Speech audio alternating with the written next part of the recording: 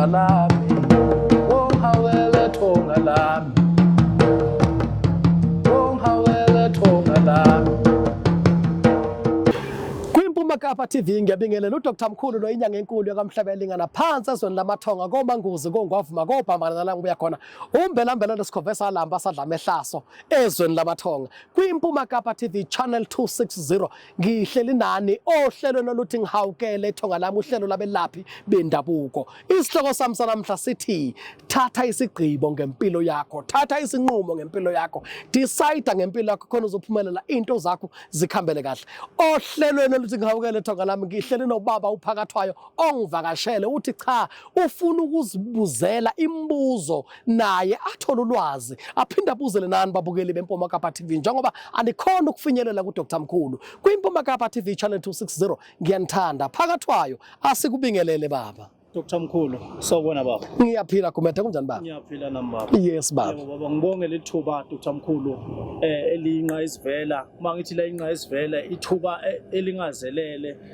lesikhathi ongiphe sona Dr Mkhulu ngibonge sona kuqala umfuka Gumede lo uphakathwayo le endaweni yasemanguza kwamhlaba yalingana baba njoba ngizela Dr Mkhulu ngithe ake ngifike Dr Mkhulu ngugumede uPipliza Mthambo Nyembezi utsikisana liphili elahlulile emgodini siluva somngoma siyabhabhasa goloza usobhele enhlanzi kaliphuza lisaba ukunuka mina lo abangaziyo bathi uSihluthi bafazi bamthanda njengekhwantaba Dr Mkhulu ngithi ake ngifike Dr Mkhulu sondele kuwena Dr Mkhulu ngihlale phansi yes baba ibe nemibuzo ethile engifisa ukuyibuza wena Dr Mkhulu ngidinga ukuchazeleka engicabanga ukuthi nababukeli beMpuma Kapa TV bafisa ukuchazeleka kule mibuzo kodwa abakwazi ukusondela abathole lethuba lami ngitholile namhlanje esengisho ngithi ke Dr Mkhulu njoba ngizobuzela mina ngifisa ukwazi ngawe ngifisa futhi nababukeli bazi ngoDr Mkhulu ngicabanga ukuthi kuma social media uDr Mkhulu udumile uyabonakala ngithi ke umbuzo wami oqala Dr Mkhulu ngila ngididekile baba angazi noma uzokwazi ukungiphendula na noma ngizwa kuthiwa ubuye ube nendoda ubuye uhambe na ngazi noma izodinwa misidiniwe bese ngasakwazi ukuthi ke ngiqhubeke nemibuzo ngazi ungangikhulula lapho baba khululeka phakathwayo khululeka ungabuza nje indoda ngihambe nayo namhla usele ekhaya bengihambe naye kule viki eliphelile namhla cha usele ekhaya baba usele ekhaya yebo baba hayi kuhle baba umusho njalo ngicabanga ukuthi ke sizoqhubeka nemibuzo yami Dr Mkhulu umbuzo wami oqala engokubuza wona Dr Mkhulu ngicabanga ukuthi abantu abaningi bebadidekile ubonakele Dr Mkhulu uvela emotweni ende ebizwa ngokuthi limousine emhlophe endaweni yaleko Limpopo Dr Mkhulu uvela unikeza abantu imali uphosa imali uphosela abantu imali abantu bagijima lapha abathatha imali ilona lo uziyawa ngibona le ndoda enkulu lapha yawa ithatha imali Dr Mkhulu le mali imali ngempela na imali engaka Dr Mkhulu isukaphi imali ngempela na angazi noma ngizwa kahle baba phakathwayo ngiyakuzwa muhle kakhulu umbuzo wakho ake ngibhekise kuwe nakubabukeli beMpuma Kapa TV umbuzo wakho phakathwayo muhle kakhulu and abantu abaningi badidekile uma sikhuluma ngemali sikhuluma ngomashilami ukukhulunywa ngoDr Mkhulu umbuzo wakho uthi ngibonakele endaweni ezahlukahlukene ngilisaphaza imali baba Gumede imali straight lebe ngikhipha nginikeza abantu ngicabanga ukuthi ko Bushbuck Ridge Pulukwana Venda Limpopo yonke Thohoya ndo ilapho engifike khona ngasaphaza imali ngilahla imali bengihamba ngale moto yamende okuthiwa ilimousine ngihambe ngisaphaza nje imali ngenzela ukuthi abantu bejabule nabo because le mali yami phela vela ayipheli angikwazi ukuthi ngayidla ngedwa kunjalo baba nakho baba ngidideka umuthi le mali ayipheli baba ngathini ngavuma ngavuma baba ngoba ngibonile baba ukuthi lamamoli maningi obubonakala kuona solo uyisaphaze yazi yamalini le mali baba obuyinikeza abantu baba cha phakathwayo imali engikhiphile mhlambe ifikile la ku 500,000 imali engikhiphile kuma mall wonke la bengihambe ngiyilahla khona ko Parabula ngihambe nginikeza abantu that why nje abantu nabe ngibona namanje bajabula kabi kodwa ke le mali engiyikhipha kanye eminyakeni eyu5 after 5 years ngenza lezi mangaliso ngilawulwa ile ndoda nami engihamba nayo umashilami uye othi angisapply ngemali nginikeza abantu kungakho phela uthola ngixhasa kuma organization ngixhasa ezikoleni eswele ngixhasa kubantu abadesperate endaweni kusho le ndoda angizilawuli nami injalo phakathi kwayo. Dr. Mkhulu, ngikuzwa kahle baba. Ingabe Dr. Mkhulu le mali oyikhiphayo uma ukhuluma ngale ndoda yomashilami, iyona le ndoda ekunikeza imali ukuthi banikeze noma le mali isuka uyifaka esikhwameni noma isuka igcwele le moto yakhe ende osuka uvela kuyona uyisaphaza khona? Cha, phakathi kwayo ngeke ngichaze kakhulu ngicela ukuthi ngikuhide kunye ngingakuvezi kube yisecret nje yami ngoba ngalanda lamandla ngiwalandela imali ngicela ukuthi ngingavezi okuningi kodwa that why ngihamba nalezi ikhwama zami ezingasuki ngihlala ngine briefcase yami esemotweni so okuningi nokuningi ngicabanga ukuthi umuntu uyakuthola kimi asafikile sekazolanda la ngamandla naye sekasifunele yakhe indoda engamsiza imenzele into zakhe zenzeke okuningi angithanda ukuveza ku TV ngoba hayi ngicela sikuhide akube imfihlo yami. Yebo baba. Hayi ngikuzwa kahle Dr. Mkhulu ngikuzwa kahle. Nangu ke Dr. Mkhulu usebonakala ke nalesikhwama ke othi le mali ihlala kuso lesikhwama. Ngalesikhwama sinekhethelo noma sinabantu abathize obanika noma ngumuntu wesifazane ngiyakwazi ukusithatha lesikhwama noma ngumuntu wesilisa ngoba phela wena uyindoda obonakala uphethe lesikhwama. Umuntu wesifazane uvumelekile ukuthi angaba nawo lamandla osukuthi unawo noma unikeza abantu na? Phakathi kwayo ngiyabonga. Ngikhulumile le ndaba ngathi akukhethelanga umuntu wonke umuntu odinga ukuba namandla uyanikezwa ngiyamnika lento. Ake ngenze example. Kunabantu besifazana abaleader ama-organization athile. Kunabantu besifazana abahola amadoda athile. Kunabantu besifazana abanamandla awuthi uma engena abahola amabandla abangabefundisi. Ungacabanga ukuthi bahamba bodwa, abahambi bodwa. Kunabantu abahlala ezitulwini eziphendukayo abangabantu besifazana akayedwa unamandla wembethe futhi niyomsaba impilo yenu nonke niyohlala nimhlonipha uma eqhamuka nishayisana uthi ngathi indoda lo muntu loyo wembethe amandla una extra power emzimbeni yakhe so kusho ukuthi ngamukela wonke umuntu mina ofike ekhala Dr. Mkhulu ngithwalise Dr. Mkhulu nginikeza amandla ukuthi ngibe nemali ngifana nawe ngiyamenzela angikhethe bana la muntu wonke umuntu ngamnika phakathi kwayo anginqeni. Hayi ngibonge Dr. Mkhulu ngibonge ngicabanga ukuthi nababukeli beMpuma Kapa TV bayizwela naku Dr. Mkhulu ichaza la ngamandla yakhe anawo uyasho ukuthi akakhethele umuntu ukuthi amandla akhe anganikeza noma ngawubani futhi uma ufika kuyena uzokwazi uDr. Mkhulu ukunikeza amandla. Dr. Mkhulu ake ngibuze lamandla lawo uthi ukwazi ukwanikeza umuntu angeke mina ngumfo wagumede ngize kuwe ngithi nginike lamandla Dr. Mkhulu noma nginike lesikhwama Dr. Mkhulu bese ekugcineni lesikhwama bese siyabuya siyadla ngapha ekhaya abantwana bami ekhaya basakwazi ukukhula ngenxa ukuthi ngihambile ngayo ku Dr. Mkhulu ngayofuna into ethile kuyimanje lento siyangihlupha ke nasi isikhathi yebo imali ngitholile ke esikhwama kodwa ke manje siyangihlupha lento sebayafa ekhaya angisabi nankomo angisabi nalutho kwale moto engihamba ngayo yawa kanjani lapho Dr. Mkhulu ngakwazi ukuchazeleka baba? Lapho isuke ngikunikeze isithwalo esisebenza ngegazi. Understand uma uye enyangeni ifike ithi inyanga qhamuka uphethe ibhokwe phathi igusha or phathi inkomo ifike legusha iyibulale leyo nto uyoyenza impilo yakho kusho ukuthi uthwele ngegazi lapho angeke ugqibele ngokuhlaba ibhokwe ngeke ugqibele ngokuhlaba igusha impilo yakho yonke uyogcina usuhlaba nabantu abakhona la ebaleni kusho ukuthi mina angikuniki isithwalo segazi ngikunika lesikhwama sami yiso esenza imangaliso lesikhwama yibe ngazi ukuthi uma ngikunika ngibe sengidirector njani ukuthi njalo after 7 days kwenzeka imangaliso kulesikhwama sami kusho ukuthi anginayo into esebenza ngegazi uma uzofelwa umndeni ufelwe into zakho nazo kusho ukuthi khona into wayenza wena wasebenzisa igazi phakathi uma seyidestroya lento iqala vele ukudla imfuyo idla abantu ibe siba ingozi injalo phakathi kwayo. Hayi ngibonge Dr. Mkhulu ngiyachazeleka ngiyagezeka ngikuzwa kahle Dr. Mkhulu. Baba Dr. Mkhulu ake ngibuze umbuzo wami nje la sengizohamba ngumfo wagumede umbuzo wami wokugcina Dr. Mkhulu uthi ke nawa lamandla unginikezile ngiwathathile noma ngisithathile lesikhwama sakho Dr. Mkhulu othi isona lesi esihlala imali ngabe lesikhwama mina ke ngoba ngihamba ngeenyawo ngenamoto ngosithatha lesikhwama ngisibeke phi ngihambe naso kuphi nalesikhwama phela abantu bahlukana abantu ngothi ngihamba la endleleni bangibuka nangu nesikhwama sika Dr. Mkhulu ngihlalaphi nalesikhwama Dr. Mkhulu. Umbuzo wakho muhle kakhulu bathidekile bake babuza nabanye abangababukeli beMpuma Kapa TV bathidekile isikhwama basibekaphi. Isikhwama sami usibeka endlini uma sikwenzele lezi mangaliso after 7 days. Thatha lento oyithola phakathi uhambe egarage uyothenga imoto. Sifuna sihlale semotweni. Kanjalo nje. Kuphelile. After 7 days uma usivula usithola sinalento yamphakathi.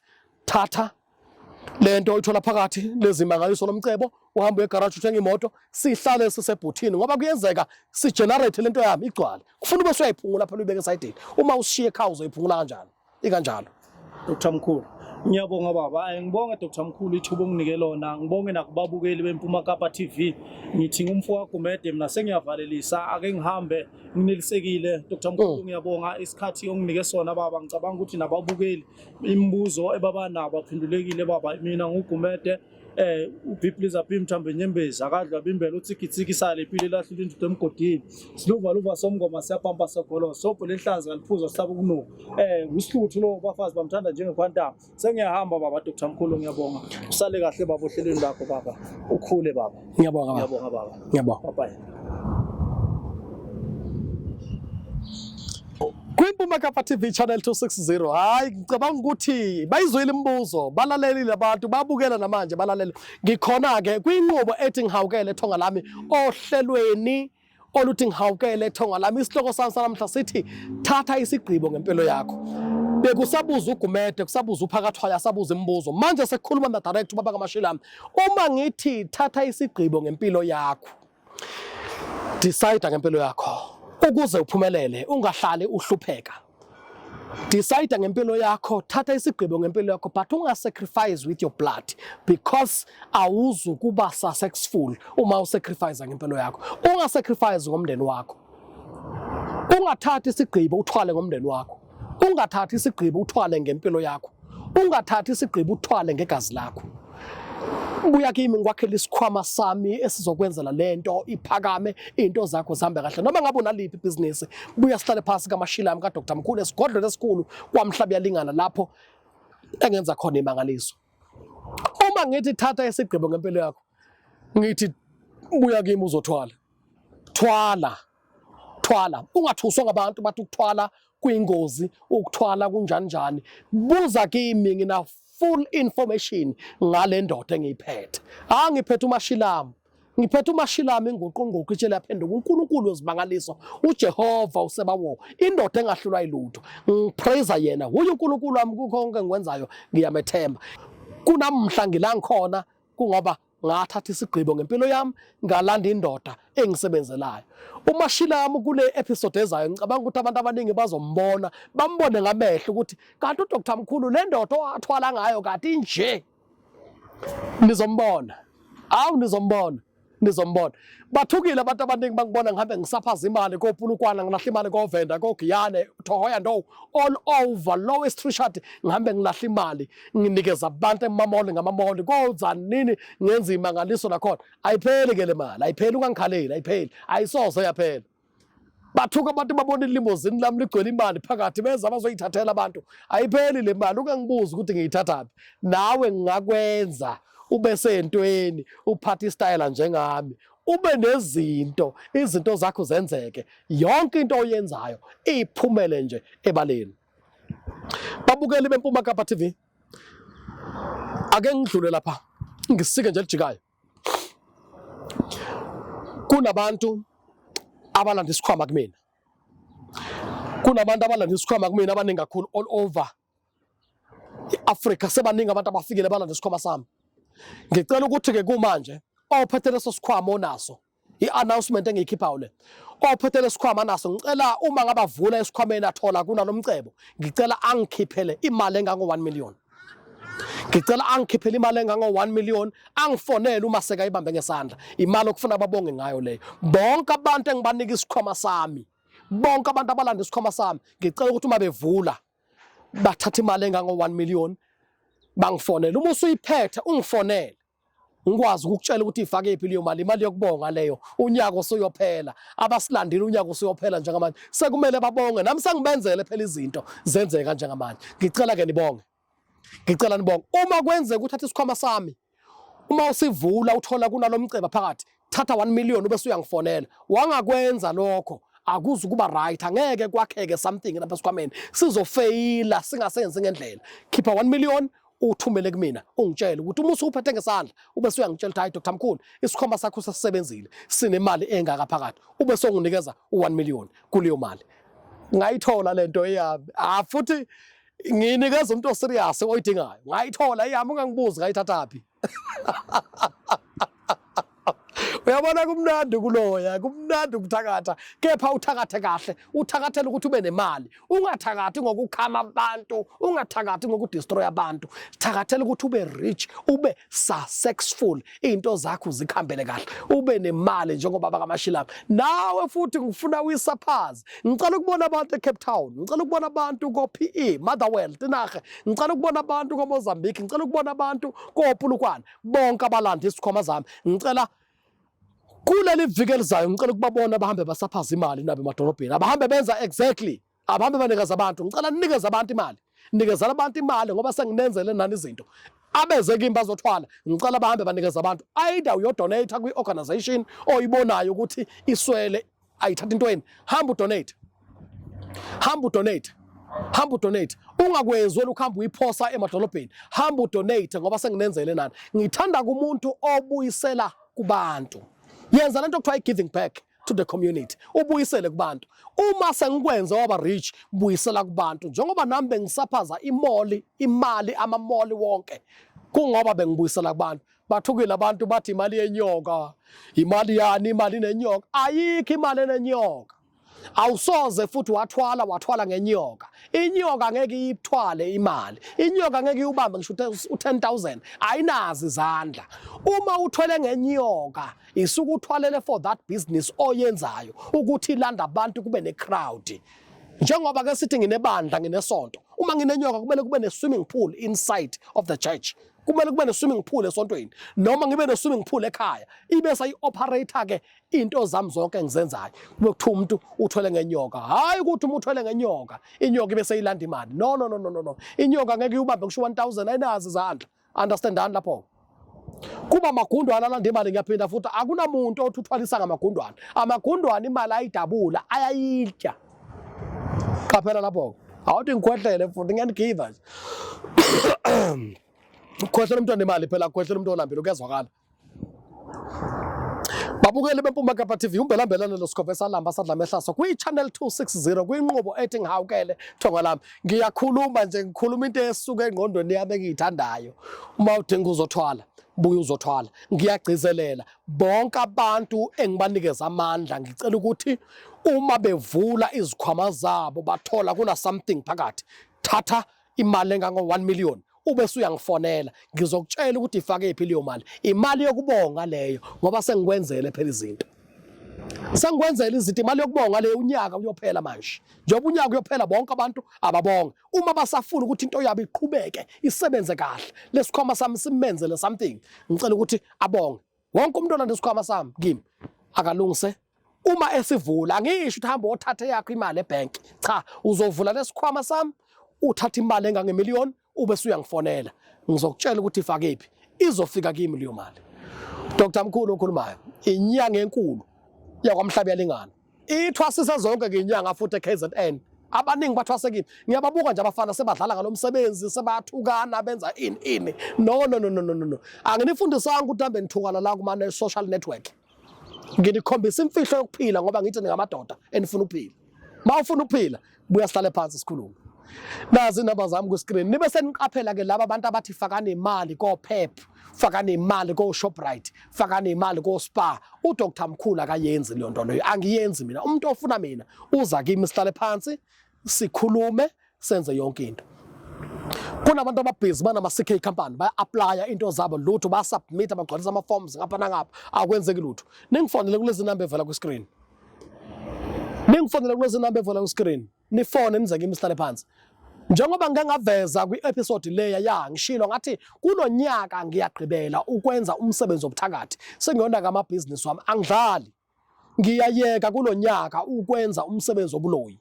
Uma uzibambezele manje wangeza kimi, uyobona baba isikhathi ozongithola ngaso mhlawumbe ngiyobe sengidura kakhulu ngoba vele ngizobe sengenandaba, ngizobe sengihlalele emzini wami sengasawenzi lo msebenzi sengiyazibuyisela into zikamkhulu ziyahamba ziyemamboni ziyenampura manje zibuyele emva ngoDisemba lo ngiyavalelisa ngiyanishiya endimeni yobuthakathi senginaka into zami uma usadinga mina fonela mina ugijima uze kimi fonela mina uze kimi noma ngawuphethe umnikelo ongakanani fonela mina uze kimi ngikukhombisa imfihlo ngikubonise nje imfihlo ngikubonisa imfihlo uhamba uhlale phansi nezingane zakho impilo ibe successful ugibele imoto oyithandayo into zakho zikhambele kahle ugibele lonke uhlobo lemoto uhlale emzini oright uphume kulendlu ohlala kuyona ayikudeserve mase ngikwakhela lento yami phuma kulendlu ohlala kuyona uyothola indlu la sihlala khona thina kumasababs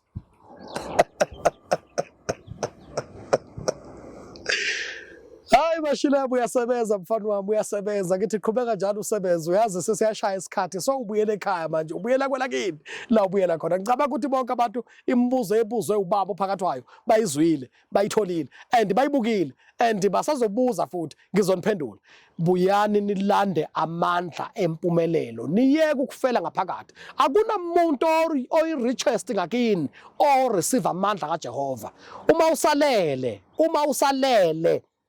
uma usambatha ingubo ngishemini usalele uzohlupheka thandaza phela sibonto uzoba rich yini thandaza phela vula iBhayibheli ulifunde ubone ukuthi uzoyigibela le moto engigibelayo mina ngeke uyigibela angeke iphume eBhayibhelini vula kakhulu la vula kakhulu thayibela kusemhlabeni la akekho umuntu ophumelele ngamandla kaJehova noyi1 wonke umuntu ophumelele una extra power emzimbeni una something ahamba nayo mawufuna ukuba indoda ufuna ukuba umama thola something ozoyimbatha ibe semzimbeni kwena yenza into zakho zihambe kahle uDr Mkhulu lo baba kaMashilama umbelambelana sikhofesa lamba sadla amehlo waso kwamhlabe yalingana la ngibuya khona ezweni labathongo ngihleli nani kwiMpuma Kapa TV channel 260 ngiyantanda ngiyohlala ngifundisa nje nginitshela izinto lapho nalapho bawufuna ukungibuza uzofona bakhona abantu abazele futhi abazale bambethe ngifuna bangifonele nabo ozalwe mbethe into zakhe azihambi kahle sawubhizi ufuna umsebenzi ngapha nangapha into zakhe azilungi buya kumina ngikhulumile ngabantu abathwetshuliwe ngomuntu othwetshulelwe ifamily yakhe nomuntu othwetshulelwe ingane yakhe nomuntu othwetshulelwe isihlobo sakhe buya kumina sihlale phansi ngilungisele ngikuvulele into zakhe angidili nokuthwalisa kuphela ngiye lapha but ngalokuthi abantu abaningi badinga ukuthwala abantu abaningi badinga kuba nemali fast njengami buya kimi sihlale phansi ngikwakhela isipokwe sikusebenzele sikwenzele imangaliso uzibone ukuthi impilo imnandi kanjani uma uphila 1 sawuphili kabili ile impilo i1 akawuphile kabili uyohlupheka until when uyokwamukela inhlupheko until when shintsha phuma kule level okuyona sibuye kwenye level angisho uthwala ngenkana nguncenga phela kimi kuzothandayo asincenga nanga la nazi inamba ziyavala kwiscreen uma uthanda uzofona uma uthanda futhi awufoni uyayeka kimi kuzothandayo ngibanikeza amandla abantu baphumelele uma uthi uzosaba umuntu uzohlupheka uzuyofa ungamnaki umuntu people are talking until abantu bakhuluma baze bayofa bayohlala bekhuluma sebakhulumile ngami basazokhuluma futhi angina stress ngoba kusalayo ngiphila grand angeke ungibone ngicela ilift yakho uma ngicela ilift ngihamba ngegarage mina ngiyocela ilift emotweni ngisho ngifuna le moto bayideliver ekhaya ngeke nje ngihlukumeze umuntu ngoba abantu bayakhuluma abantu bakhuluma kuningi bangafuni ukubuza uma uzona ngabantu sihlobo sami phuma kubantu ungamnaki umuntu ohlala ekhuluma ngegama lakho ukhuluma urich akhuluma uhlupheka asibazi bafunani naka into zakho qhubekele phambili naka impilo yakho khona into zakho zohamba kahle ungamnaka omunye umuntu ukuthi uphila kanjani kwenzakalani uma nje ungahlukumezanga abantu uma ungantshontshela abantu wantshontshela abantu phela konke ukuthi bafonele mina ngiyafika mina ngiyasebenza lento entshontshelwe uyohlala uyithwele impilo yakho yonke uzuyofa akuseyona ke into right leyo ngoba angizwani nami nesela umuntu oyebayo nje angizwani naye ke vele ungaqale wenza into ezohlukumeza abanye abantu yenza into enza wena ukuthi uphumelele nomndeni wakho into zakho zikhambele kahle isigodlo sami sikwamhlabe yalingana